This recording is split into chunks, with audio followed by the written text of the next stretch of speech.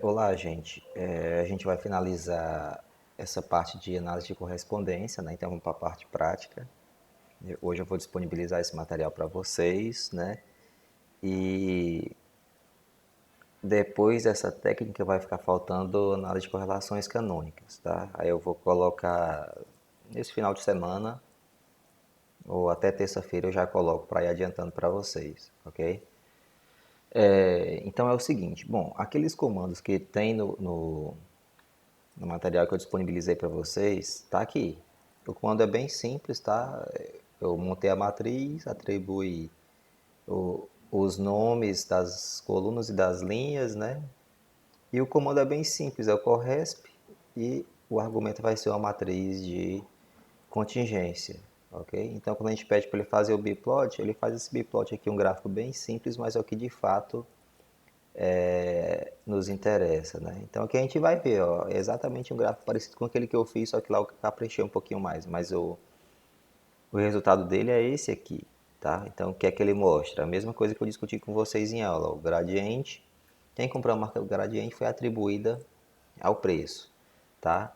A Philips está bem associada com a confiança, a Sharp com a qualidade. A Sony ela não tem nenhum fator assim de maior relevância, mas ela tem alguns que estão ali em torno influenciando aqueles consumidores que compram aparelhos da marca Sony. Tecnologia, qualidade e potência. E a IO aqui da mesma forma.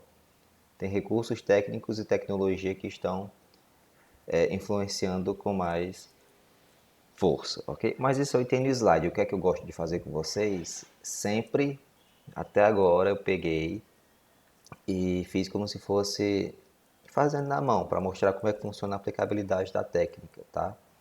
Então, tá aqui, vou fazer uma matriz aqui de contingência, tá?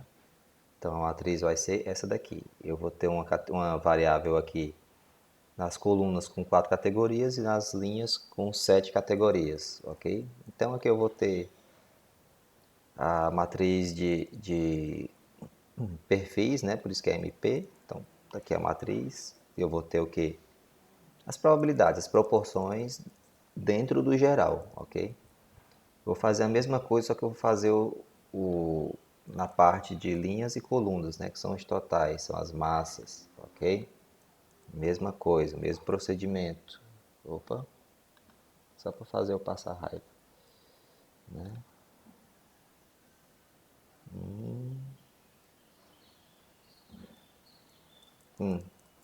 Pronto, então tá aqui associados as linhas, né? E aqui as colunas. Professor, não tem uma forma mais fácil de fazer? Tem, fica a critério de vocês. Tem comandos específicos para fazer esses somatórios, tá? Mas eu decidi fazer com esse for. Tá bom, fica aí para vocês. Então aqui eu estou fazendo as mesmas notações que eu utilizei estão no material, ok? Então vocês podem só fazer a consulta por lá. Fazer essa matriz ESP, ela vai ser o produto de VR vezes o transposto de VC, que é associado às colunas, ok? Então se a gente ver a matriz ESP, tá aqui ela, a matriz 7 por 4 associado justamente às nossas linhas e colunas das duas variáveis, tá? Então vou ter aqui, ó, dr, que é dr, é uma matriz diagonal de VR, tá? Então, até alguns eu fiz o comentário, então tá aí a matriz diagonal, tá? Com os perfis, né, de linhas e colunas. E aqui tem petil, que é a nossa matriz de referência, né? Então tá exatamente a mesma notação que eu fiz lá. O solve, né, a inversa da diagonal dr e aqui a inversa da diagonal da raiz, né? Veio lá, tá do mesmo jeito que tem lá no material, na parte de colunas. E aqui MP, que é do perfil, menos o ESP. O que é isso aqui? Petil, tá? Em resumo, ok? Então, vou continuando aqui, rodando os valores. Então, quando eu tiver essa parte estimada, aí eu vou achar, depois que eu encontrar o petil, aí eu aplico justamente esse SVD para achar aquelas duas combinações lineares associadas a cada eixo, ok? Então, ó, aí eu coloquei aqui o SVD. O SVD ele é praticamente a mesma coisa do agent, ok? Então a gente decompõe no aging uma matriz simétrica, ok? E quadrada, ok? Então a gente pega uma matriz quadrada e aplica o aging, calcula ele, solta para a gente os autovalores e autovetores, né? Então com esses autovalores e autovetores a gente decompõe aquela forma lá que eu mostrei para vocês bem no iniciozinho, que é uma matriz com os autovetores, matriz diagonal dos autovalores e a transposta da matriz de autovetores. E essa operação matricial vai nos fornecer a matriz original. Então, você decompõe a matriz original com esse produto dessas matrizes de autovalores e autovetores, ou, né, com aquela soma, né, soma de lambda i, é i', ok? Tem as duas formas. Então, o SVD ele faz a mesma coisa, só que qual a diferença? O SVD ele serve para uma matriz retangular, ou seja, não precisa ter exigência como o aging de ter uma matriz quadrada, ok? Então aqui eu mostrei, ó, matriz A, só um exemplo para vocês, tá? Uma matriz retangular, dimensão 2 por 5, aplico o SVD, tá? E ele vai soltar aqui, ó, quando eu aplico o SVD só o comando puro, ele vai soltar como se fossem os dois autovalores e o IV. O que são o IV?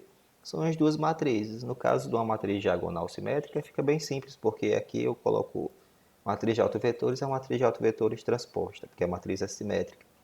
O SVD é a mesma ideia, ele solta autovalores e autovetores.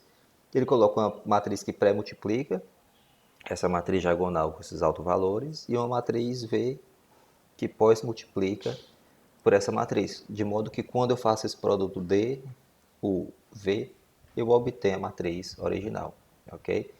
Mas de forma geral eu coloquei até aqui, ó.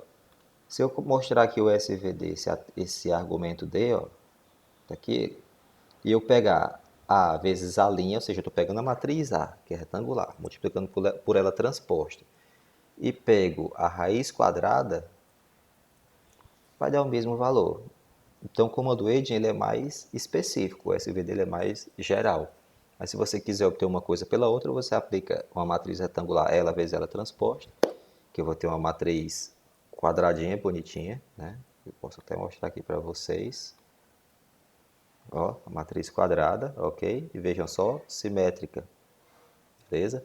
Então, eu aplico nesse produto a linha, tá? O age, que ele vai conseguir funcionar com a matriz quadrada e simétrica, e os autovalores eu tiro a raiz. Tá aqui, então, só para mostrar para vocês como funciona o SVD, que é a mesma ideia do age, ok? Só que ele é mais geral. Bom, então continuando, aí dessa matriz que eu obtive petil, aí eu vou obter aquelas duas combinações.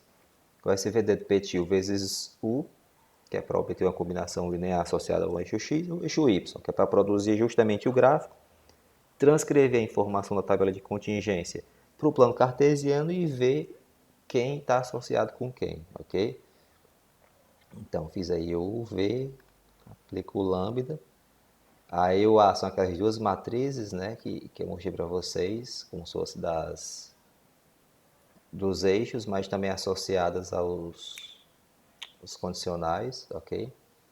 Aí eu produzo as duas coordenadas y e z com base justamente nessas matrizes A, na combinação linear, e em lambda, que é uma combinação linear que vai depender do petil e dos autovalores e autovetores dessa matriz retangular, ok? Professor, infelizmente, esse tipo de coisa já tem no material, mas eu não quero que vocês percam muito tempo nisso, tá? Até porque eu quero que vocês entendam, mas eu acho que a prática vai ser mais importante. Ok? Então eu vou dar uma pausa até esse momento, que é por conta do período da aula.